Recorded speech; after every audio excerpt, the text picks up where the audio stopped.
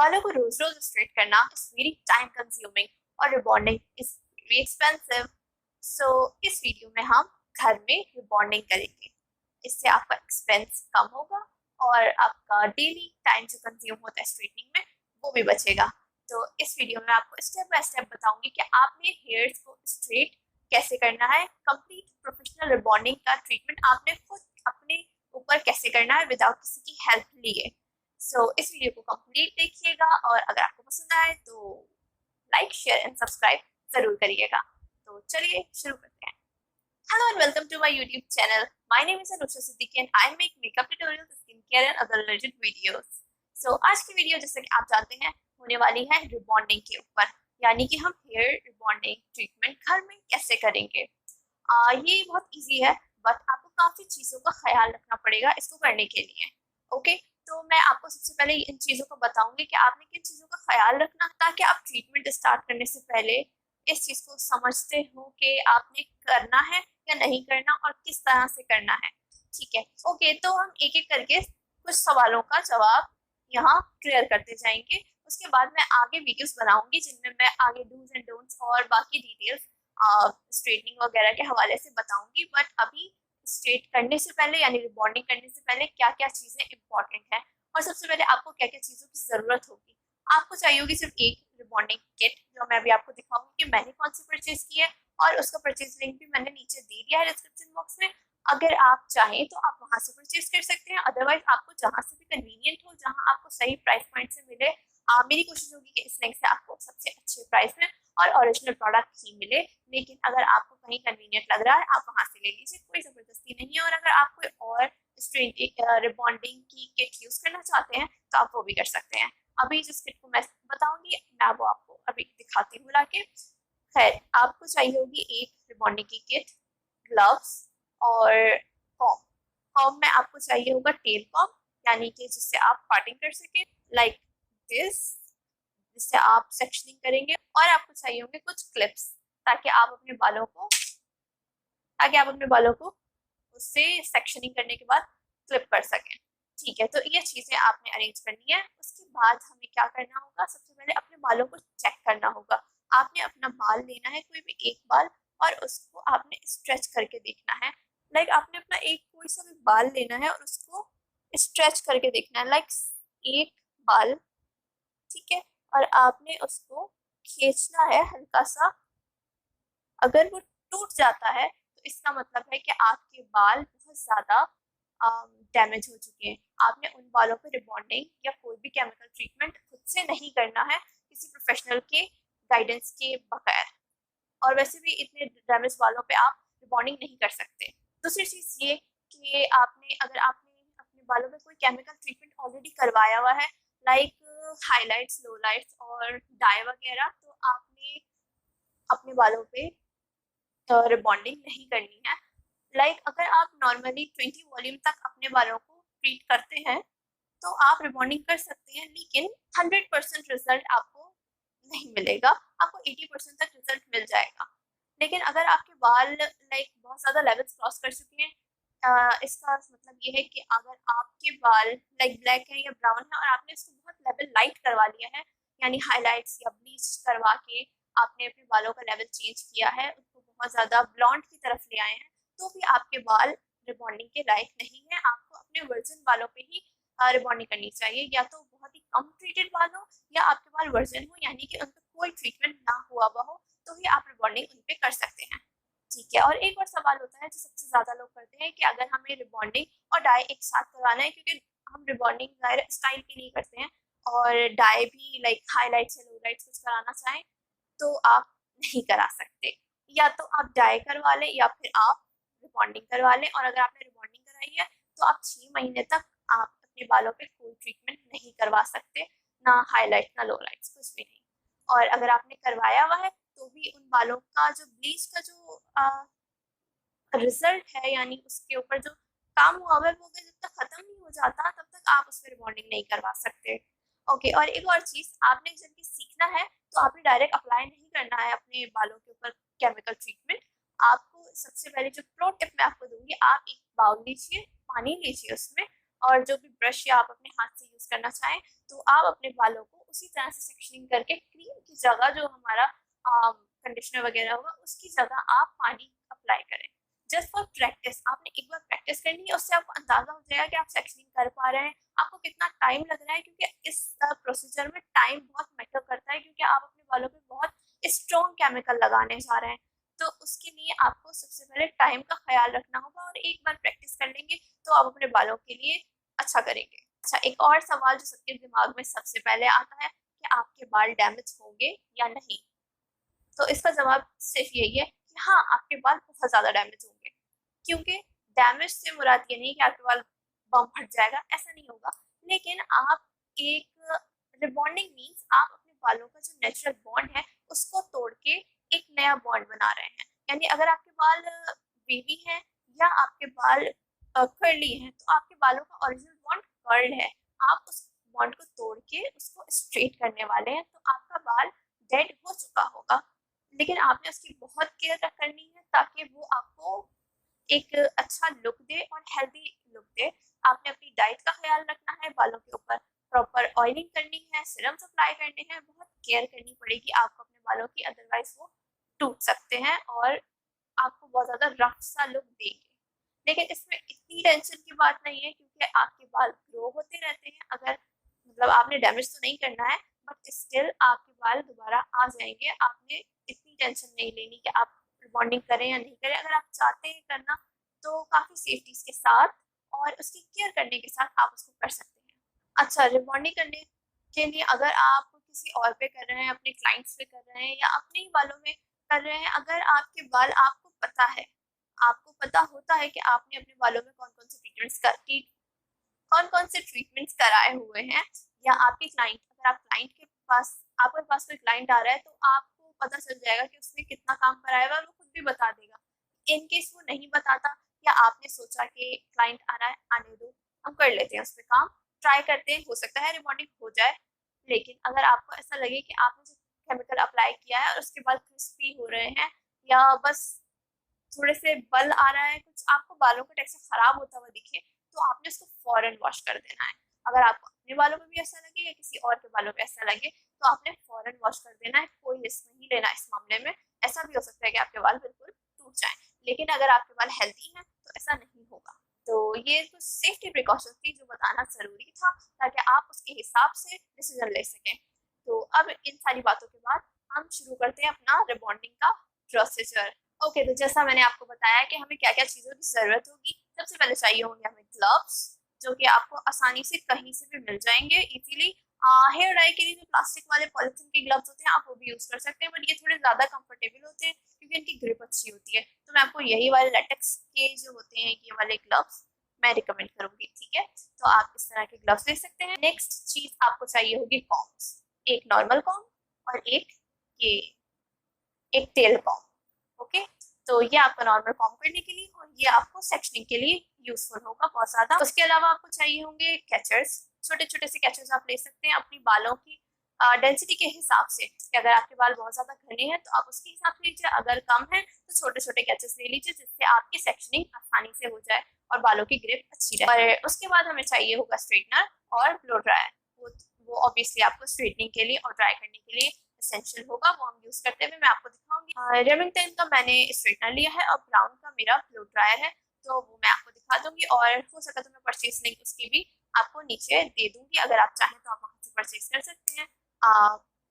और उसके बाद है जो हमारी मेन चीज है, जो मेन एलिमेंट है इस रिबॉन्डिंग प्रोसीजर का, वो है रिबॉन्डिंग किट। तो मैं आपको दो रिबॉन्डिंग किट्स दिखा देती हूँ, आप जो चाहे यूज कर सकते हैं, आप कोई और चाहे आप कोई और यूज कर सकते हैं। तो फर्स्ट वन है ये लॉलैंड की रिबॉन्डिंग किट। इसमें बेसिकली होते हैं 6 स्टेप, ठीक है। तो ये वाली किट है, इसके रिजल्ट भी अच्छे हैं। और मैं आपको दूसरी किट जो दिखाऊंगी वो है क्रूसेंट की।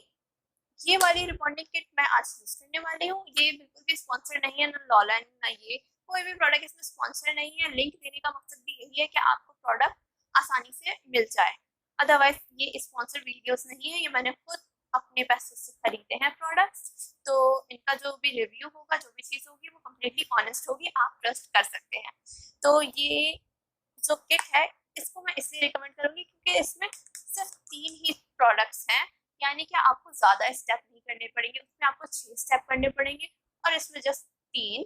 तो ये आपके लिए ईजी है। फॉर बिगिनर्स, हम जो अभी काम करने वाले हैं वो बिगिनर्स के लिए ही है मेनली, जो कि खुद सीख रहे हैं कैसे करना है उनको रिबॉन्डिंग अपने घर पे खुद से। तो ये वाली किट उनके लिए ईजी रहेगी क्योंकि स्टेप्स कम है, रिजल्ट अच्छा है, क्वांटिटी बहुत ज़्यादा है इस प्राइस में। उसमें 100 ml है और ऑलमोस्ट सेम प्राइसेस में इसमें 250 ml प्रोडक्ट है।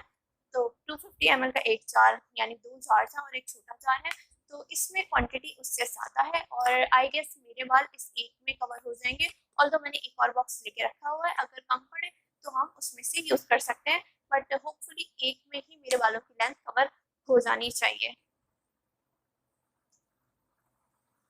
ओके, तो अब हम इस प्रोसीजर को स्टार्ट करने वाले हैं। अब आप देख सकते हैं मेरे बाल काफ़ी हेल्दी हैं। आज तक इन पे कोई ट्रीटमेंट मैंने नहीं करवाया है, जस्ट नॉर्मली स्ट्रेटनर से मैं इनको स्ट्रेट करती हूँ और उसके अलावा कुछ भी नहीं। तो मेरे बालों की लेंथ कुछ इतनी है, यानी कमर तक है। तो आप देख सकते हैं, आपको दिख नहीं रहा होगा नीचे, तो यहाँ तक मेरी बालों की लेंथ है। इसमें हमें सबसे पहले मिलता है ये, इसका नाम है aqua soft thermal hair protector. ये प्रोटेक्टर है, ये एंड में आपने लगाना होगा स्ट्रेटिंग वगैरह से पहले। सबसे पहला जो हमारा प्रोसीजर होगा वो होगा ये वाला rebonding cream straighten curly and frizzy hair. तो सबसे पहले हमने ये यूज़ करना है और इसकी एक्सपायरी सबसे पहले देखना ज़रूरी है। 2022 की इसकी एक्सपायरी है, तो ये एक्सपायर नहीं हुआ है तो हम इसको यूज़ कर सकते हैं। सबसे पहले हमने ये नंबर 1 रिबॉन्डिंग यूज़ करनी है। इसके साथ इस बॉक्स में हमें मिलती है डिस्क्रिप्शन, जो कि कुछ इस तरह से है और आपने इसको लास्ट में पढ़ना है। वैसे तो मैं सारी चीज़ें इस वीडियो में एक्सप्लेन कर रही हूँ, मगर फिर भी अगर आप पढ़ लें तो आपके लिए अच्छा रहेगा, आपकी नॉलेज भी ज़्यादा बढ़ जाएगी। और दूसरी चीज़, अगर आपने इस वीडियो में कुछ स्किप कर दिया है, कुछ सुना नहीं है या कहीं ध्यान नहीं था या मैंने कुछ स्किप किया हो मे बी, तो आप इसमें से बच सकते हैं, ऑल्दो ऐसा होगा नहीं। तो ये इसमें आपको प्री स्ट्रेटनिंग के सारी चीज़ें बताई गई हैं, जो मैंने आपको बताया कि आपने अपने बालों को कैसे एग्जामिन करना है। और हाँ, अगर आपके बाल ग्रीसी हैं, ऑयली हैं या कुछ हो रहा है, मतलब गंदे हो रहे हैं, तो आपने उनको वॉश कर लेना है पहले शैम्पू से। बिल्कुल माइल्ड सा शैम्पू आपने यूज़ करना है और इस कंडीशनर अप्लाई नहीं करना है। उसके बाद अगर आपके बाल डैमेज हैं या जिस तरह से मैंने बताया कि जो कंडीशन है उसमें आपने किस कंडीशन में आप यूज़ कर सकते हैं और किस में नहीं, वो इसमें बताया गया है। अगर बहुत ज़्यादा आपके डैमेज हेयर्स हैं तो इसमें हेयर ट्रीटमेंट और या फिर मड मास्क भी ऐड करने का कहा गया है, तो आप वो भी परचेस करके ऐड कर सकते हैं। अगर आपके बाल नॉर्मल हैं तो आपको कुछ भी ऐड करने की ज़रूरत नहीं है, आप डायरेक्ट स्ट्रेटनिंग क्रीम यूज़ कर सकते हैं, जो कि हमारी रिबॉन्डिंग क्रीम है। ठीक है, तो इसमें हेयर टाइप्स को भी बताया गया है कि किस तरह की हेयर टाइप अगर आपकी होगी तो आपने कितने मिनट लगा के रखना है। कोरस हेयर, नॉर्मल हेयर या फाइन हेयर। कोरस हेयर होते हैं मोटा दरदरा खुरदुरा सा बाल जो होता है वो, और नॉर्मल हेयर जो नॉर्मल हेयर जैसे मेरे हैं, और फाइन हेयर होते हैं बहुत पतला और बारीक बाल। तो इसके हिसाब से है ये healthy hair, slightly medium, damage hairs और वेरी डैमेज हेयर्स। उसके हिसाब से ये 3 कंडीशंस में डिवाइड किया गया है। तो आप जब ये प्रोडक्ट लेंगे तो आपको डिस्क्रिप्शन साथ इसके मिल जाएगी, आप वो चीज़ देख सकते हैं। तो अब सबसे पहले हम अपना काम शुरू कर देते हैं। ये हमारा प्रोडक्ट है, आप इसको किसी प्लास्टिक के जार में भी निकाल सकते हैं अगर आपको कुछ मिक्स उसमें करना है। तो मैं इसको इसी में से यूज़ करूँगी क्योंकि मुझे इसमें कुछ भी मिक्स नहीं करना है, डायरेक्ट 100% यही क्रीम अप्लाई करनी है। तो अब सबसे पहले हमने करनी है सेक्शनिंग। प्रॉपर अपने बालों को कॉम्ब करें और उनको 4 सेक्शंस में डिवाइड करें। आपने प्रॉपरली अपने बालों को डिटेंगल करना है। आपके बालों में कहीं भी कोई नॉट या कहीं से भी उलझे हुए नहीं होने चाहिए। आपके बाल प्रॉपरली डिटेंगल्ड होने ज़रूरी हैं।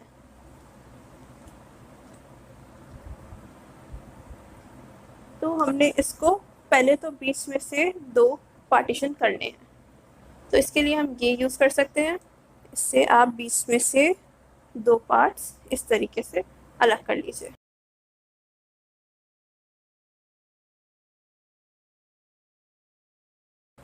इतनी इक्वल सेक्शनिंग की भी आपको ज़रूरत नहीं है, बहुत टेढ़ी मेढ़ी नहीं होनी चाहिए, लेकिन अगर थोड़ी सी अनइवन जा रही है तो इट्स ओके, क्योंकि हम डाई नहीं कर रहे हैं, हम हाईलाइट्स नहीं कर रहे हैं, जो हमें बिल्कुल इक्वल सेक्शनिंग चाहिए होगी।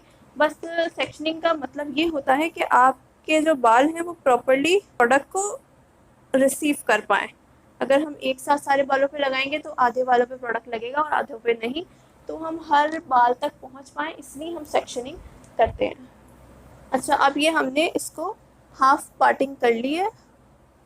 अब हमने एयर टू एयर पार्टिंग करनी है, यानी कि यहाँ से लेके अपने एयर तक, तो आगे के बाल आगे और पीछे के बाल पीछे हो जाएंगे।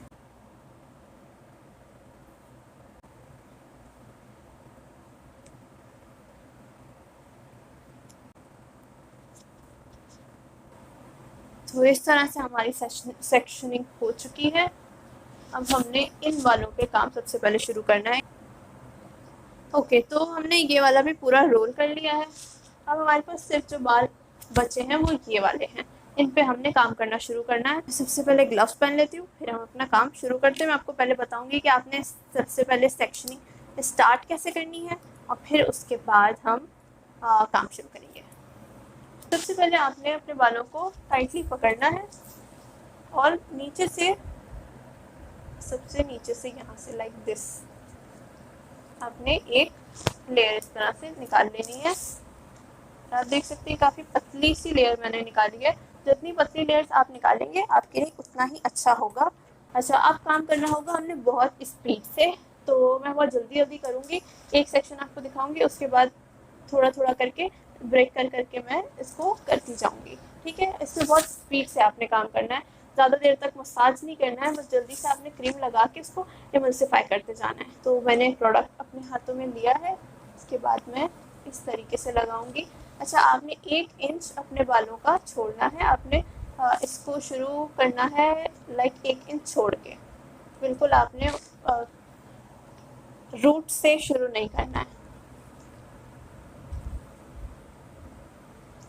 लाइक दिस आपने पूरे बालों को नीचे तक प्रॉपर प्रोडक्ट लगाना है। प्रोडक्ट में आपने कंजूसी नहीं करनी है, प्रोडक्ट आपने अच्छे तरीके से लगाना है।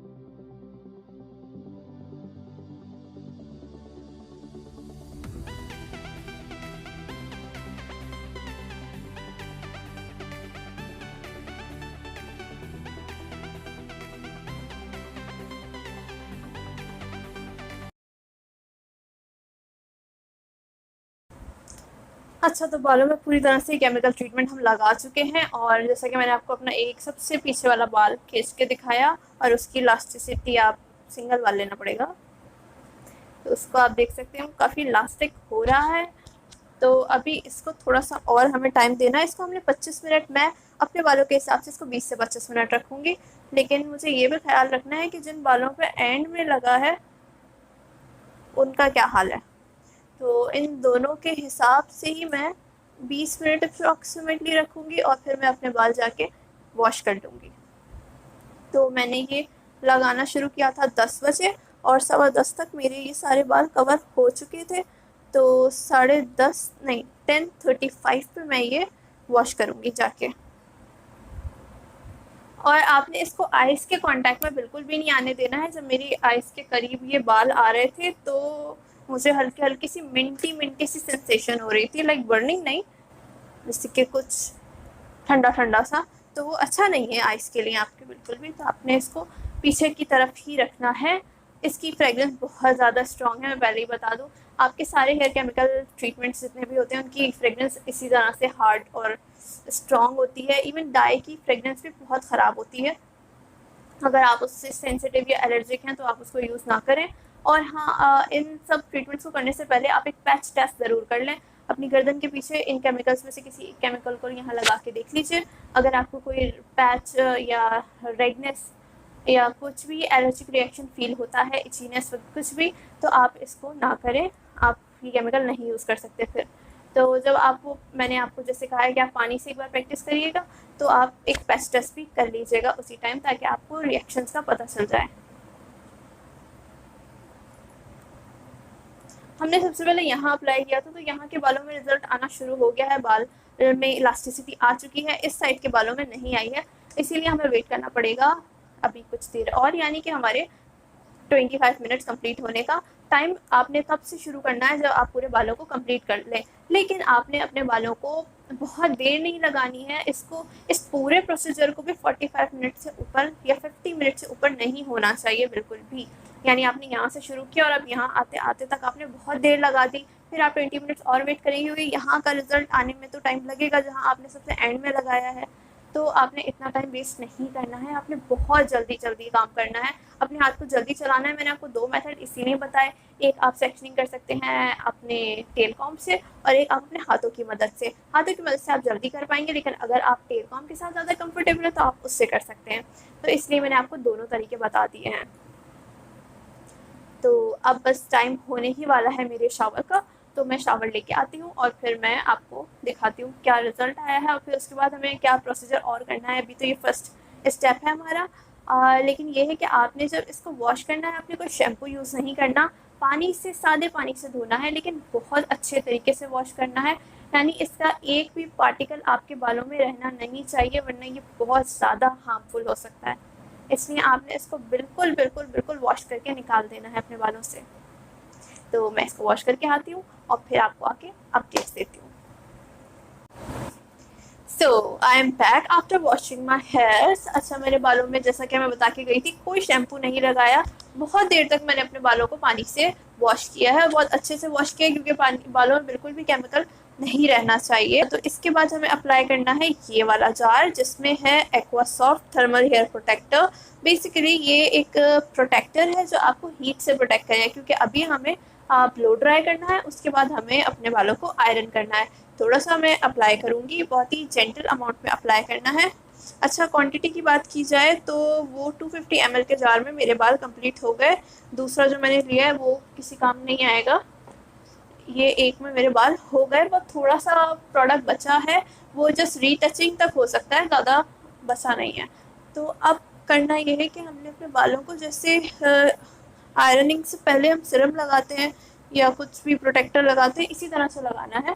बालों को मैंने 2 सेक्शंस में कर लिया है, और इस तरह से मैंने प्रोडक्ट लिया और अपने हाथों पे अच्छी तरह से लगा के इसको हाथों से कॉम करना है। बस बहुत ज़्यादा नहीं लगाना है, बहुत कम भी नहीं लगाना है, बट ये आपको हीट से प्रोटेक्ट करेगा, क्योंकि अभी हमारे बाल काफ़ी सेंसिटिव हो चुके हैं, क्योंकि हमने अभी रिबॉन्डिंग की क्रीम इसके ऊपर अप्लाई कर ली है। तो इस पर हीट प्रोटेक्टर लगाना इम्पॉर्टेंट है। इस तरह आप देख रहे हैं ना, हाथों में इस तरह से लगाएं और अपने बालों पे जस्ट ऐसे ही फेर दें।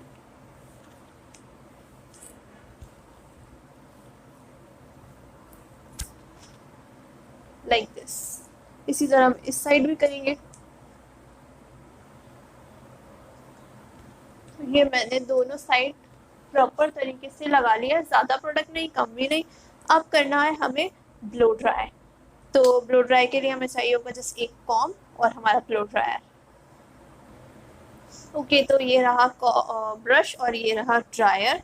तो अब हमने हेयर ड्राई करना शुरू करना है इससे, लेकिन आपने बहुत ज़्यादा हीट पे नहीं रखना है, नॉर्मल हीट और नॉर्मल विंड। इस पे जो है 3 प्रेशर्स हैं, लाइक फास्ट, मीडियम और लो, और टेम्परेचर भी मीडियम और कोल्ड और हॉट है, इस तरह से है। तो मैं मीडियम पे रखूँगी, कोल्ड से भी नहीं, हॉट से भी नहीं, मीडियम से, और मीडियम ही उसका प्रेशर।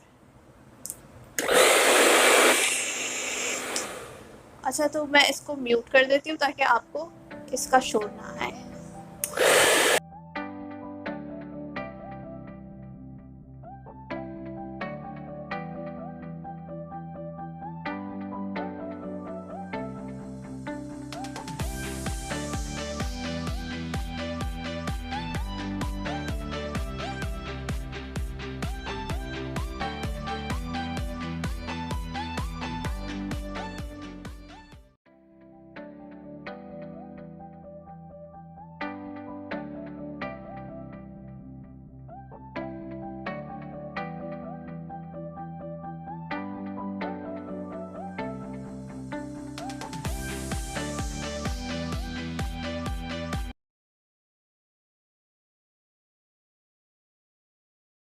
ओके, तो ब्लो ड्राई मैंने अपने हेयर्स को कर लिया है, ये कंप्लीट ड्राई हो चुके हैं। अब करना ये है कि थोड़ी सी क्रीम मैं फिर से लगाऊंगी, बहुत थोड़ी सी अमाउंट, क्योंकि ऑलरेडी हमने लगाया हुआ है प्रोटेक्टर, बट मैं थोड़ा सा फिर से लगाऊंगी और हम अपने बालों को प्रॉपर स्ट्रेट करेंगे। अब बहुत ही तरीके से स्ट्रेट करना है, यानी कि फिर से सेक्शनिंग करेंगे और एक एक स्ट्रैंड को प्रॉपर स्ट्रेट करेंगे। ओके, तो बहुत थोड़ी सी क्वांटिटी में मैंने लगा लिया है। तो मैंने बहुत थोड़ी सी क्वांटिटी में लगा लिया है प्रोटेक्टर। अब उसके बाद हम बाल स्ट्रेट करना शुरू करते हैं। तो इसको हम इस तरीके से थोड़े थोड़े बालों को क्लिप करते जाएंगे और बाकी को स्ट्रेट करते जाएंगे।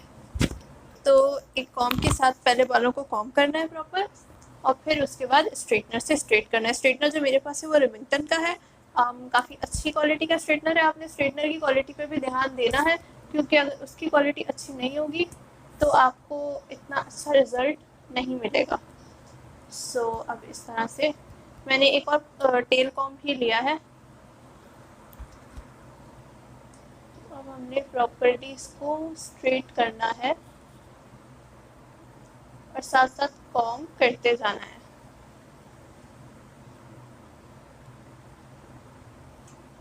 स्ट्रेट बहुत प्रॉपर करना है, आपने कहीं भी वेव नहीं छोड़ना है।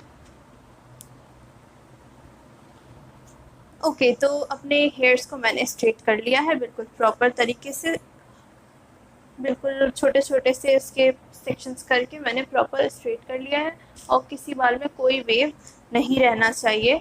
और इसके साथ मैं आपको कुछ इन्फॉर्मेशन दूंगी वीडियो के एंड में, जो आपके लिए अभी कुछ दिन तक बहुत ज़्यादा यूज़फुल होने वाली है, क्योंकि अगर आपने उन चीज़ों को फॉलो नहीं किया तो फिर आपका ये सारा प्रोसीजर बेकार हो जाएगा। तो इसलिए इस वीडियो को एंड तक देखिएगा, तो मैं ये सारा प्रोसेस करके आराम से आपको वो चीज़ें समझा दूँगी। तो अब जो लास्ट हमारा प्रोसेस है वो है न्यूट्रलाइज़र लगाना, यानी कि इस बॉक्स में ही जो थर्ड जार है वो लगाना है हमें। ओके, तो अब न्यूट्रलाइज़र के साथ काम करने के लिए हमें फिर से अपने ग्लव्स पहनने हैं, और ग्लव्स आप वही वाले पहन सकते हैं, लेकिन आपको उसको प्रॉपर्ली वॉश करना है, ताकि ग्लव्स के अंदर कोई भी पार्टिकल हमारी रिबॉन्डिंग क्रीम का नहीं होना चाहिए। मैंने अच्छे से इनको वॉश कर लिया है, मैं इनको पहले ड्राई करूँगी, पहन के फिर मैं इसको टॉवल या वाइप से ड्राई कर लूँगी। उसके बाद हम न्यूट्रलाइज़र लगाना अप्लाई करना शुरू करेंगे। और उसके लिए करना ये होगा कि अगेन हमें प्रॉपर उसी तरीके से छोटे छोटे से सेक्शंस करने होंगे, और एक एक सेक्शन में हमने न्यूट्रलाइज़र लगाना होगा। तो अब मैं ये करूँगी कि अपने हाथों को प्रॉपर ड्राई कर लूँगी।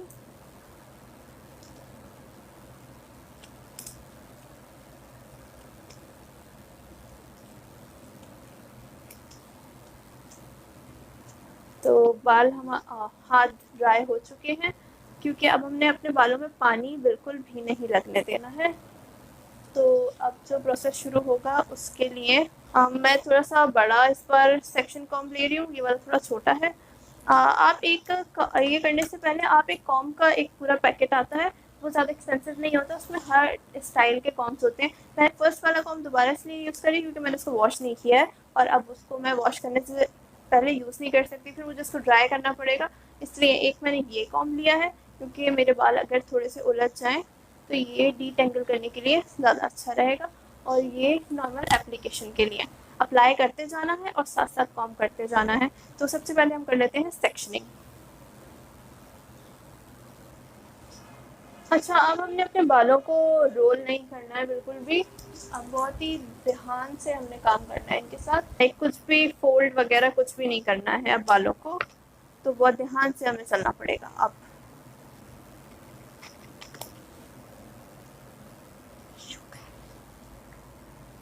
फाइनली इसकी फ्रेग्रेंस बहुत अच्छी है, फ्रूटी सी फ्रेग्रेंस है, तो जो स्मेल बालों में थी वो निकल जाएगी। तो अब मैं इस तरह से प्रोडक्ट लेती जाऊंगी हाथ में। कोई भी बाल अगर हमने फॉर्म नहीं किया, ये बेसिकली लॉक कर देगा, जो जिस कंडीशन में आपका बाल होगा अगर वो हल्की सी वेव में है वैसे ही लॉक हो जाएगा। तो आपने बार बार कॉम करना है ताकि वो स्ट्रेट लॉक हो।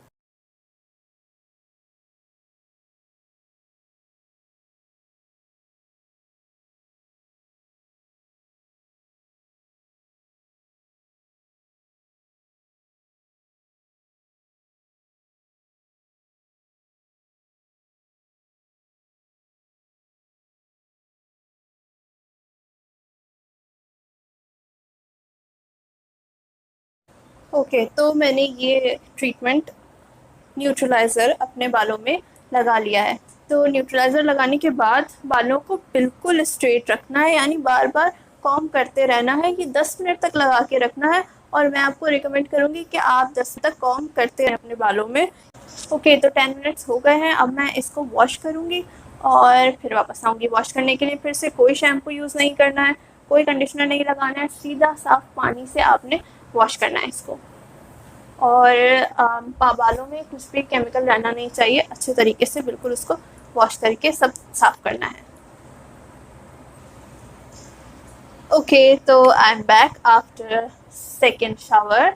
तो मैंने अपने बाल अच्छे से वॉश कर लिए हैं बिल्कुल साफ पानी से, और कोई भी इसमें शैम्पू वगैरह कुछ भी अप्लाई नहीं किया है। अब मैं ब्रश कर लूँगी और ब्लो ड्राई करूँगी अपने बालों को। ओके, सो अब बालों को ब्लो ड्राई करना है।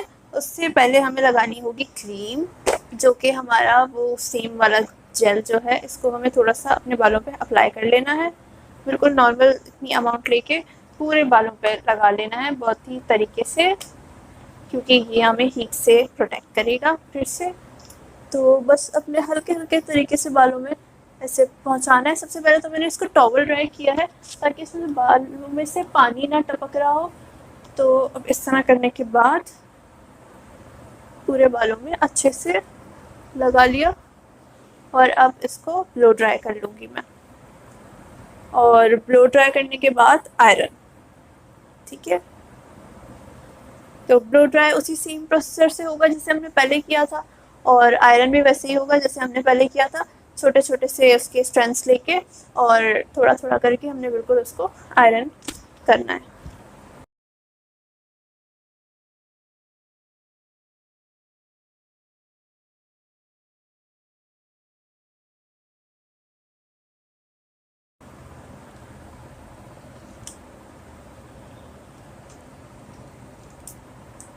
ओके, तो हेयर स्ट्रेटनिंग का प्रोसीजर भी डन। हेयर मैंने स्ट्रेट कर लिए हैं स्ट्रेटनर से। अब हमने ये करना है कि इसको बिल्कुल भी बांधना नहीं है। और बुरी खबर ये है कि आप 3 दिन तक नहा भी नहीं सकते, और अपने बालों को इवन कान के पीछे भी नहीं कर सकते। अगर आपने ऐसा कुछ किया तो आपके बालों का वो स्ट्रेट लुक नहीं आएगा, और आप जिस तरह से उसको फोल्ड करेंगे वो उसी तरह से फोल्ड होके रह जाएंगे।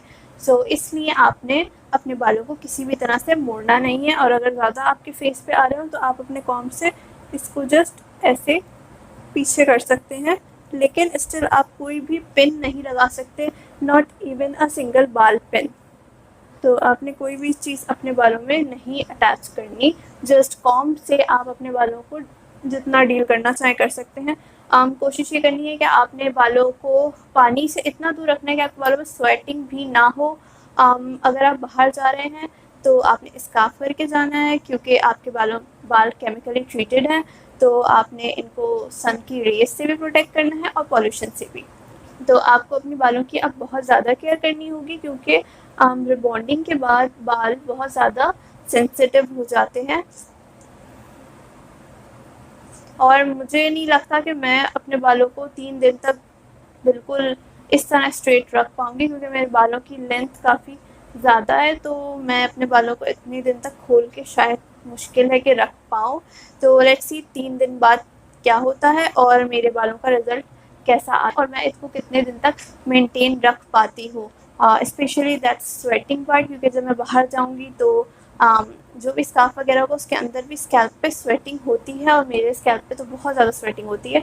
तो आई डोंट नो कि ये कैसे चलता है और कितने दिन चलता है। तो मैं इसकी अपडेट आप लोगों को देती रहूँगी और आप मुझे इंस्टाग्राम पे भी फॉलो कर सकते हैं, क्योंकि मैं इंस्टाग्राम पे डे टू डे अपडेट्स डाल पाऊँगी और आप मुझे डीएम करके भी पूछ सकते हैं अगर आपको और कोई रिलेटेड क्वेश्चन हो, या आप नीचे कमेंट भी कर सकते हैं अगर आप कुछ पूछना चाह रहे हैं। तो आपको इंशाल्लाह आपका जवाब भी मिल जाएगा या उससे रिलेटेड कोई वीडियो मैं ज़रूर बना दूँगी। So thank you for watching, see you in the next video, bye bye.